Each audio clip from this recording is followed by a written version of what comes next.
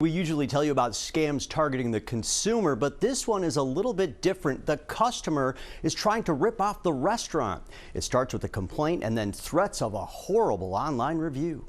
Hopefully this right here is going to deter them, and other business owners in the area can be aware.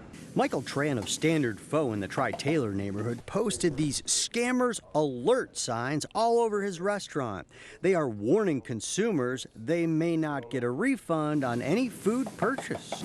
They just come in here as a group, at least 4 or 5 of them. They would sit down, eat more than halfway or almost finished, and they would get up and start making a scene. The signs and new policy are all because of the bad behavior of some customers, many late night, eating most of the food, but then complaining about it, looking to get a free meal. They start making a scene. They start yelling and screaming and say they don't like the food. They don't want to pay. Tran says he's heard of similar stunts being pulled at restaurants in Chinatown. And you think then the employees just kind of get flustered and they say, here's your money? Correct, they do.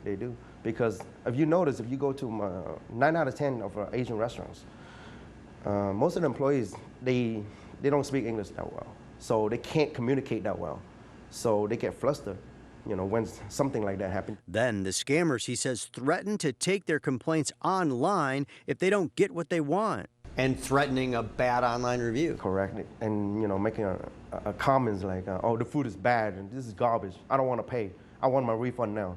You got to give me my refund or else I'm gonna give you a bad review. He says he's lost $400 to $500 and hopes his signs stop the freeloaders here and at other area restaurants. We have to say something, just in case if there's any other restaurants in the area or in the city experience the same thing.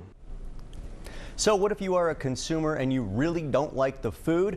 If the server does not come to you and check on you, then you should flag them down immediately. Rob, Judy, of course, it is your right to send an item back and get something else or get a refund if you don't eat the food. I've had to do this a few times, unfortunately, but sometimes, you're not truly happy with the meal. Right. But in this case, glad he is speaking up about it. Right, yeah, I feel bad for him. These people are lying and trying to get free food. I bet he's not alone, and you're going to get more calls. Yep. Thanks, Jason. Right. Watch breaking news on YouTube. Subscribe to ABC7 Chicago Eyewitness News.